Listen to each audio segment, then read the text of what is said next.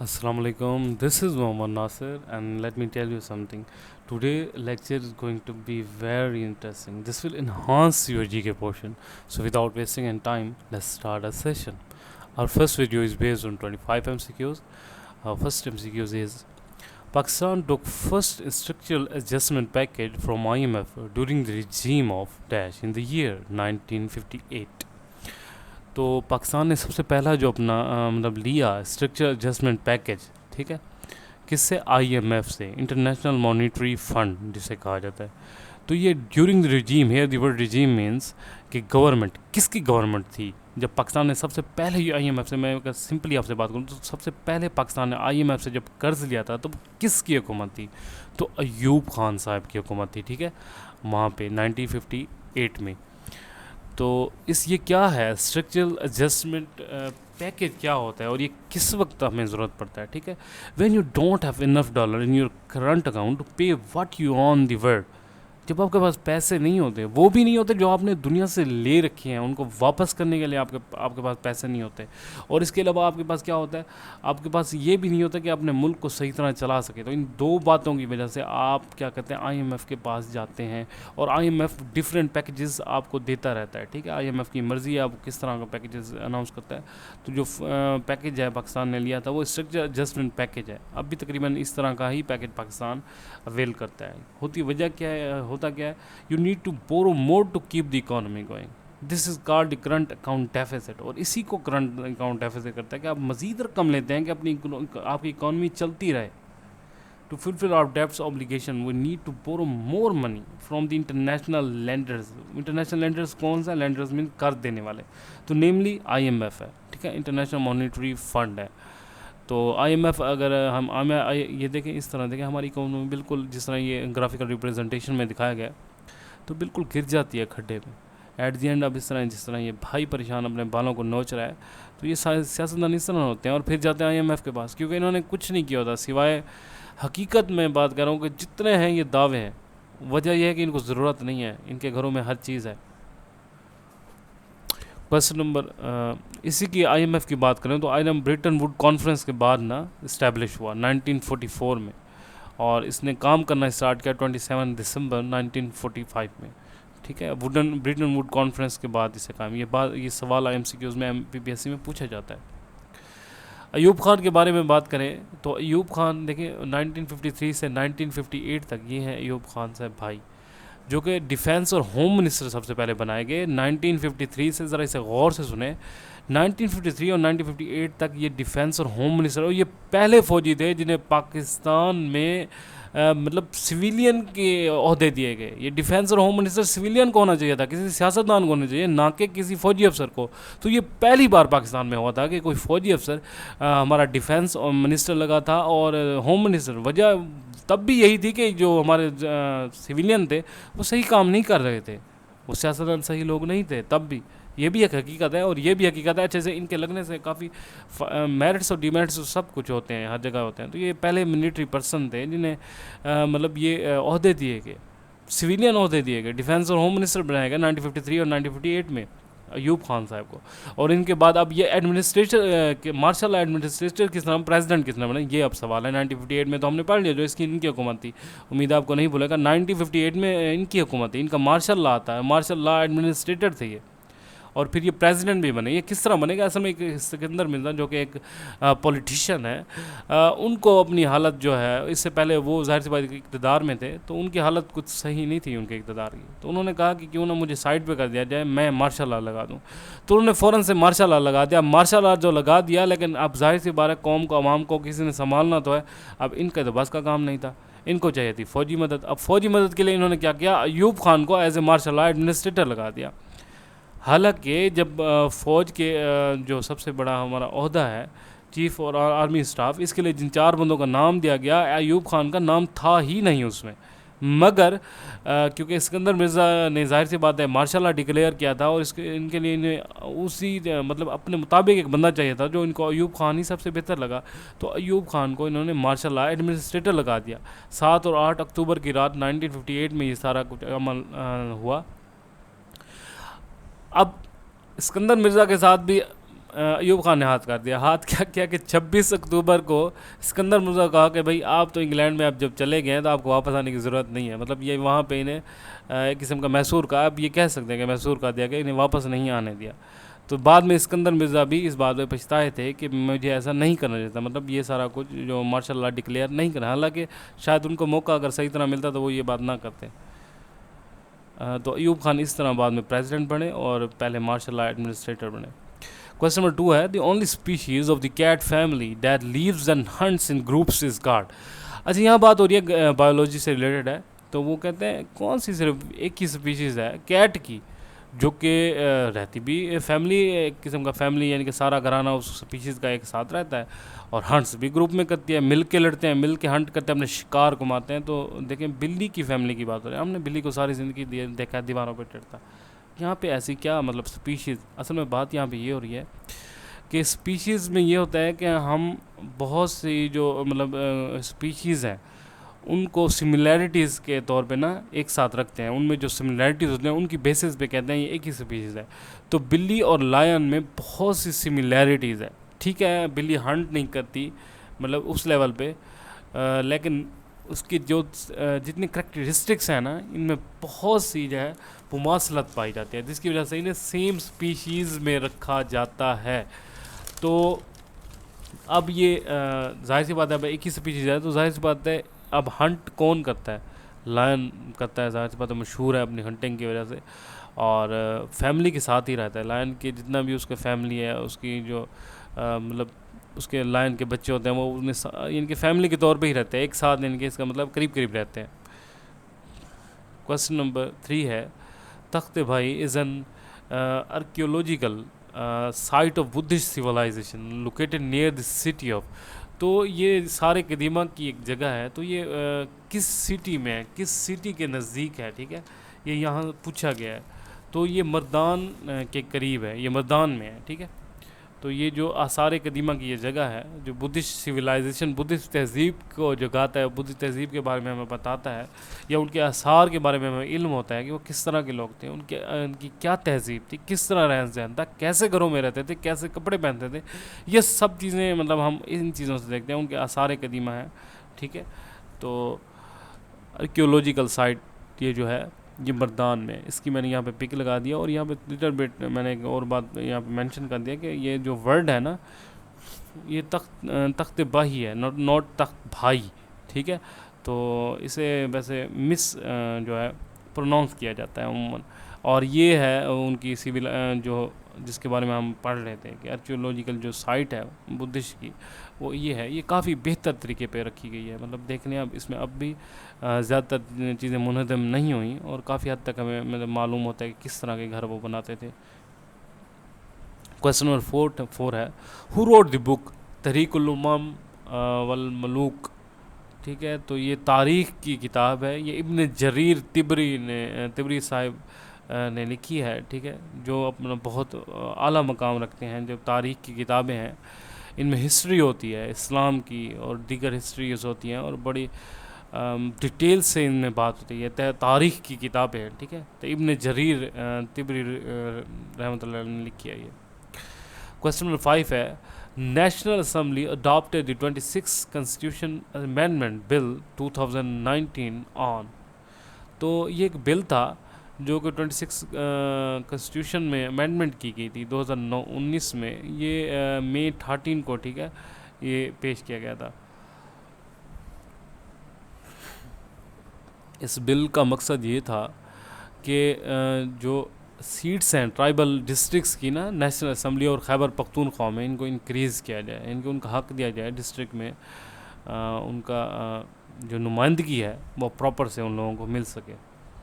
Question number 6 है, Pakistan join SCO as full member on. तो 9 जून 2017 को जो पाकिस्तान ने बतौर एक फुल मेंबर के तौर पे इसे ज्वाइन किया। SCO means Shanghai corporation organization. What means SCO means Shanghai corporation organization, इसके बारे में भी पूछा जाता है, ठीक है। इंटरनेशनल ऑर्गेनाइजेशन है ये भी। तो पाकिस्तान और इंडिया ने जो है मतलब एज ए फुल मेंबर इसे 9 जून 2017 में ज्वाइन किया था। इंडिया ने भी सेम इसी डे को ज्वाइन किया था, इसी सबमिट हुई थी 9 जून 2017। उसमें इंडिया और पाकिस्तान को फुल मेंबरशिप यानी कि इसकी दी गई थी। तो शंघाई कोऑपरेशन ऑर्गेनाइजेशन है, ठीक है। तो ये शंघाई 15 जून 2001 में, ठीक है, इसे इस्टेब्लिश किया गया। और ये 8 इसमें कंट्रीज़ हैं इस वक्त जो परमानेंट इसके मेंबर्स हैं, ठीक है। और ये काफ़ी चीज़ें डील करती है, जैसे कि टेररिज्म हो, रीजनल टेररिज्म के बाद रिलीजियस एक्सट्रीमिज़म के साथ, रीजनल सिक्योरिटी इश्यूज़ के साथ, ये इन सब को ये ऑर्गेनाइजेशन डील कर रही होती है, ठीक है। तो इसके मेंबर्स की तादाद अक्सर पूछी जाती है और नाम पूछे जाते हैं, तो ये यहाँ पे मेंशन कर दिया गया। क्वेश्चन नंबर 7 है, what was the launch date of Indian mission to moon Chandrayaan 2। तो ये 22 जुलाई 2019 को ये मिशन भेजा गया था, ठीक है। इंडिया ने एक मिशन भेजा था चांद पे।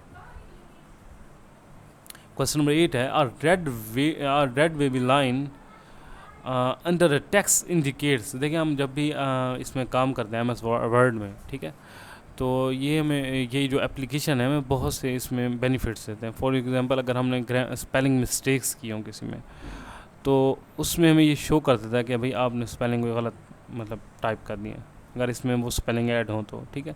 जैसे कि ये स्पेलिंग के ही स्पेलिंग मैंने यहाँ पे गलत किए हैं, तो इसके सामने ये जैसे यहाँ हम पढ़ रहे हैं रेड वेवी लाइन, गौर करें, सवाल पे गौर करें। Red wavy line under tax indicates, under a tax मतलब टैक्स के नीचे देखें यहाँ पे एक रेड लाइन, सिर्फ मैंने क्या किया है स्पेलिंग में आर जो है एक्स्ट्रा डाल दिया, तो इसने मुझे शो करा दिया है कि देखें जी स्पेलिंग के जो स्पेलिंग ये है नहीं, तो आप इसकी स्पेलिंग दुरुस्त करें।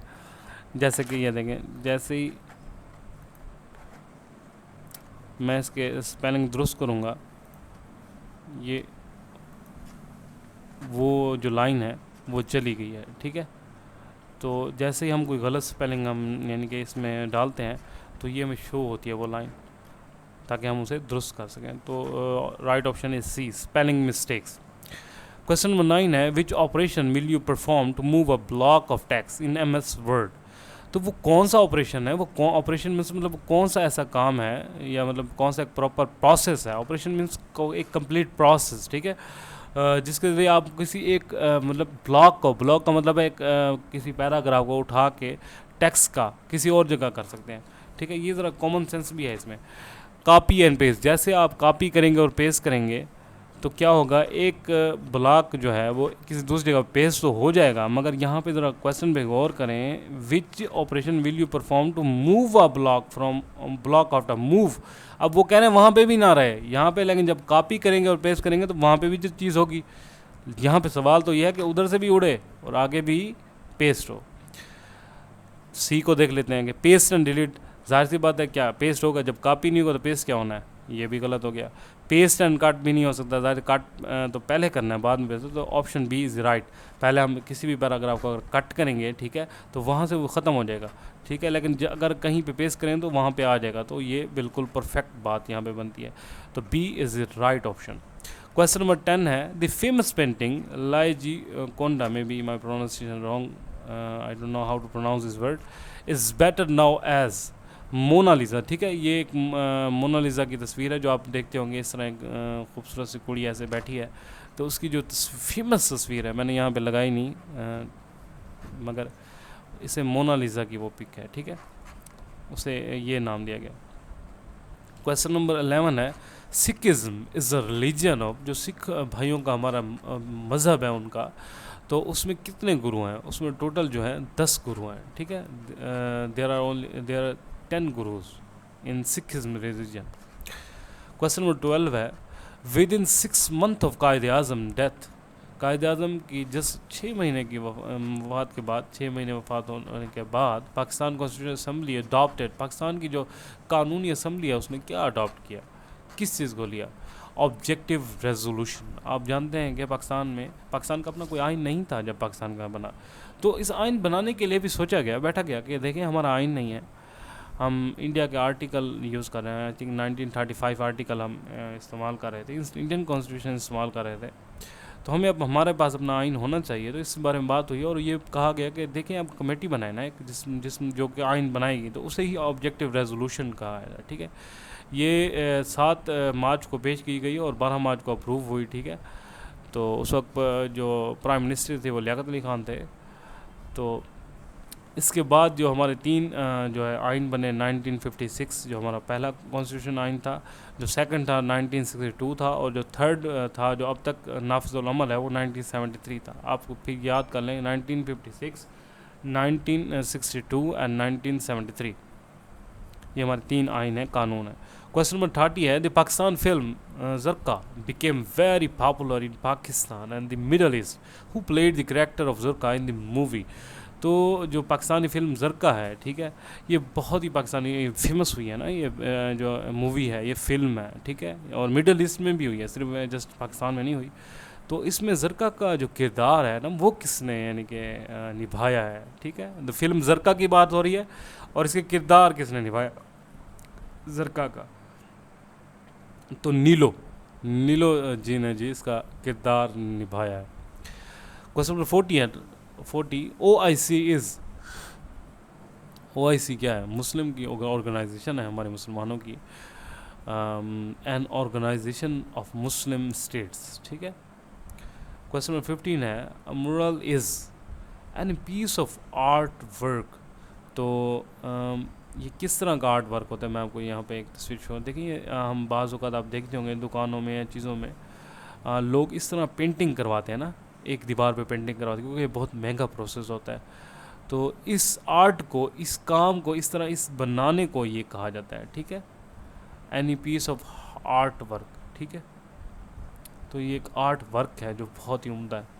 क्वेश्चन नंबर 16 है, a huge mass of land surrounding by ocean from at least 3 sides is called। वो कहते हैं एक ऐसा बहुत बड़ा ह्यूज लैंड हो, बड़ा ज़मीन का टुकड़ा हो जिसे 3 तरफ से पानी ने घेरा हो, अब उसको क्या कहते हैं? अब गौर से सुने, एक ऐसा टुकड़ा हो ज़मीन का जिसे 3 तरफ से पानी ने घेरा हो, उसे क्या कहते हैं? उसे कहते हैं पेननसुला। क्या कहते हैं? उसको कहते हैं पेननसुला। यानी कि अब मैं यहाँ पे आपको दुनिया का सबसे बड़ा जो पेननसुला है, ये पूछा जा सकता है कि सबसे बड़ा पेननसुला कौन है, तो सऊदी अरबिया दुनिया का सबसे बड़ा पेननसुला है। किस तरह बताते हैं? देखिए, हमने यहाँ पे पढ़ा था, ऐसा ह्यूज मास लैंड हो, ज़मीन का एक टुकड़ा हो। देखिए, एक सऊदी अरबिया ज़मीन का एक टुकड़ा है ना, बहुत बड़ा। ठीक है, ये इसका नक्शा है। ठीक है, यहाँ तक बात होगी हमारे साथ। आगे हमने पढ़ा था ocean from at least surrounded, वो कहते हैं कवर हो किससे? ओशन से, फ्रॉम एट लीस्ट 3 साइड, इसके 3 जो हिस्से हों वो मतलब उनको पानी टच कर रहा हो। तो देखें, ये सऊदी अरबिया है और ये दुनिया का सबसे बड़ा पेनिनसुला है।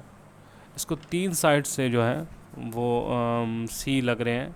तो यहाँ पे देखें, इस साइड से लग रहा है रेड सी, यहाँ पे लिखा भी हुआ है, ज़रा गौर करें। इस साइड से रेड सी जो है टच कर रहा है, इसके इस साइड से अरेबियन सी टच कर रहा है, एंड इधर की बात करें तो पर्शियन सी। तो देखें, एज जिस तरह हमने डेफिनेशन पढ़ी थी, ह्यूज मास लैंड, देखिए ह्यूज मास लैंड भी है, 3 तरफ से पानी भी टच कर रहा है, 3 साइड से, तो इसे हम पेनिनसुला कहते हैं। उम्मीद है आपको नहीं भूलेगा पेनिनसुला क्या होता है, ये भी नहीं भूलेगा। और दुनिया का सबसे बड़ा पेनिनसुला इस वक्त जो है वो सऊदी अरेबिया है। सऊदी अरेबिया दुनिया का सबसे बड़ा पेनिनसुला है, और ये मैंने इसकी मज़ीद डिटेल दे दी है। वेस्ट एशिया, इसकी तकरीबन ये जो है इसकी मतलब किलोमीटर्स में ये भी मेंशन कर दिया है। इसे कौन सा? रेड सी, अरेबियन सी और पर्शियन गुल्फ, ये 3 लग रहे हैं इसे सी। क्वेश्चन नंबर 17 है, Noor Jahan came from dash in the regime of the Mughal empire Akbar the great. तो जो नूर जहाँ है ये ईरान से आई थी। ठीक है। Which of the following countries has the longest coastline in the world? Here the word coastline का मतलब होता है साहिली इलाका। ठीक है, तो वो कौन सा दुनिया का इलाका है, वो कौन सा दुनिया की कंट्री है, कौन सी स्टेट है जिसका सबसे बड़ा साहिली इलाका हो? ठीक है, जिसके साहिल इनके बहुत बड़ा हो और दुनिया में सबसे ज़्यादा साहिल बड़ा इलाका हो, तो वो है जी भाई कनाडा। कनाडा का जी जो साहिली इलाका है वो सबसे बड़ा है, ठीक है। 2,43,042 किलोमीटर है, ठीक है, इसमें इसका जो साहिली इलाका है। और जिन जिन स्टेट्स से लग रहा है जैसे Indonesia, Russia, United states, China, तो इसका ये साहिली इलाका इनके साथ मुंसलिक है। क्वेश्चन नंबर 19 है, after spending 88% of his income man had, अब इसने 2160 रुपये उसके पास बचे हैं। अब इसकी इनकम पता करें, अगर वो फाइंड इज इनकम, तो इसके अगर इसके 18,000 इसके पास हो तो इसका 12% जो देखे हैं वो ये बनता है, तो 18,000 is correct answer. Question number 20 है, fill in the blank with suitable preposition. He will not apologise, उसने अपोलोजाइज नहीं करेगा, dash you for he did, उसने जो कुछ किया है वो तुमसे अपोलोजाइज नहीं करेगा, उसने जो कुछ किया है, यहाँ पे कह रहा है he did not apologise to you, वो तुमसे, यहाँ पे the correct pronunciation is to, ठीक है। फॉर ही डिड, जो उसने किया है, as he is acted in good faith, क्या वो इस तरह ये एक्ट कर रहा है कोई अच्छी मतलब फेथ के साथ कर रहा है ये सारा कुछ। क्वेश्चन नंबर 21 है, the removal of carbon dioxide, यूरेन and sweets is a process of, तो यहाँ पे वो कहते हैं कि देखिए कार्बन डाइऑक्साइड हम छोड़ते हैं, हम हवा में खारिज करते हैं, यूरेन की बात हो रही है और स्वीट्स की बात होती है, ठीक है। हमारे जिस्म से जो फासिल अज्जा हैं जो खारिज होते हैं, इस प्रोसेस को क्या कहता है, तो एक्सक्रीशन कहते हैं, ठीक है। इस प्रोसेस को जिस्म से फासिल मादला का इजरा जो है वो एक्सक्रीशन कहलाता है, मुश्किल तरीन अल्फाज में। mention the part in London that is famous for public meeting, ठीक है। और फ्री स्पीचेस, ये कौन सा यानी कि लंदन का एरिया है जहाँ पे पब्लिक मीटिंग्स होती हैं, ठीक है, और फ्री स्पीचेस वगैरह की जाती है, तो ये हाइडे पार्क है, बहुत ही खूबसूरत है। आप इसकी नेट पे पिक्स देख सकते हैं, बहुत ही आला है, तो देख सकते हैं, ये व्यू है हाइडे पार्क का। क्वेश्चन नंबर 23 है, power point is called dash software, तो प्रेजेंटेशन सॉफ्टवेयर होता है पावर पॉइंट, ठीक है। उस पर ना लोगों को समझाने के लिए प्रेजेंटेशंस बनाई जाती हैं पावर पॉइंट पे, सेमिनार्स जब लोग करते हैं, बहुत बड़ी बड़ी कंपनियां, तो वो उस पर समझा रही थी, अपने प्रोडक्ट को दिखा रही थी कि जी देखें ये हमारा प्रोडक्ट है, इसकी ये खासियत है, तो आप ये ले लें, तो प्रेजेंटेशन होती है। क्वेश्चन नंबर 24 है, इन विच सूरा द तौबा ऑफ 3 सहाबाज रज़ी अल्लाह अन्हु इज़ मेंशन, तो यहाँ पे बात हो रही है जो जंगे तबूक थी ना, इसमें 3 सहाबा शिरकत नहीं कर सके थे, ठीक है। वैसे तो इस जंग में बहुत से लोग ऐसे थे जिन्होंने शिरकत नहीं की थी, ठीक है, मगर 3 सहाबा ऐसे थे जिन्होंने जब नबी पाक सल्लल्लाहु अलैहि वसल्लम वापस आए थे जंग से, तो उनने आके सीधा सीधा ये बता दिया था कि हम नहीं जा सके, ठीक है। आप सल्लम के बजाय कि उन्होंने आएँ बाएँ करने के सही सही बात बता दी थी नबी पाक सल्लल्लाहु अलैहि वसल्लम को, और कहा था कि भाई ए हमारे नबी, ए हमारे प्यारे नबी सल्लल्लाहु अलैहि वसल्लम, हमने सुस्ती की और हम नहीं जा सके ना जंग पे, तो आप सल्लम ने ये फिर मतलब हुक्म दिया था कि इनसे कतई ताल्लुक़ कर लिया जाए, यानी कि तमाम लोग इन 3 अशख़ास से, 3 सहाबा कराम रज़ी अल्लाह अन्हुम से कोई भी बंदा बात ना करे, इवन कि उनकी जो बीवी हैं उनको भी ये कह दिया गया था कि आप इनसे फ़िलहाल कतई ताल्लुक़ कर लें। तो बाद में अल्लाह ताला ने जब उनका दिल को सच्चा पाया, तो कुरान मजीद में अल्लाह ताला ने उनको माफ़ फरमा दिया, ठीक है, उनके लिए आयत नाजिल की गई, तो वो सूरत अल तौबा में ये वाक़या ज़िक्र है, ठीक है। क्वेश्चन नंबर 25 है, ये हुआ ये था कि ये जो 3 सहाबा थे, क्योंकि उस वक्त मुसलमानों के पास काफ़ी फरावानी थी चीज़ों की, तो इन्होंने सिर्फ ये थोड़े से मतलब ये कहा था कि हम जंग में बाद में पहुंच जाएंगे, हमारे पास घोड़े भी हैं, चीज़ें हैं, तो हम बस यानी कि अभी इन्हें जाने दें और हम पहुंच जाएंगे, और इस तरह मतलब रहते रहते ये रह गए थे, और इसलिए।